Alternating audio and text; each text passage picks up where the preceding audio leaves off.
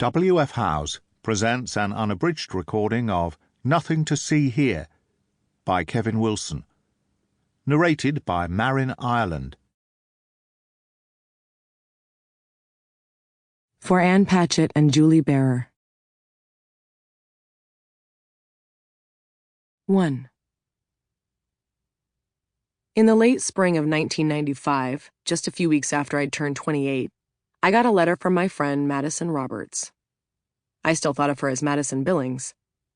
I heard from Madison 4 or 5 times a year, updates on her life that were as foreign to me as reports from the moon, her existence the kind you only read about in magazines.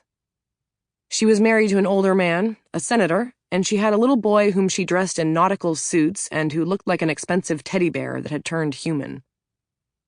I was working 2 cashier jobs at competing grocery stores, smoking weed in the attic of my mother's house, because when I had turned 18, she had immediately turned my childhood bedroom into a workout room, a huge Nordic track filling the place where I'd unhappily grown up.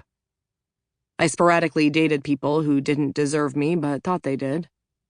You can imagine how Madison's letters were 100 times more interesting than mine, but we stayed in touch.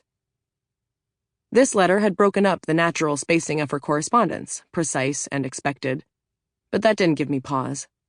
Madison and I did not communicate except on paper. I didn't even have her phone number.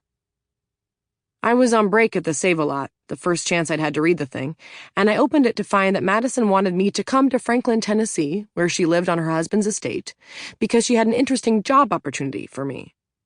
She'd included a $50 bill for bus fare because she knew that my car wasn't great with more than 15-mile distances. She wouldn't say what the job was, though it couldn't be worse than dealing with food stamps and getting the fucking scale to properly weigh the bruised apples. I used the last 5 minutes of my break to ask Derek, my boss, if I could have a few days off.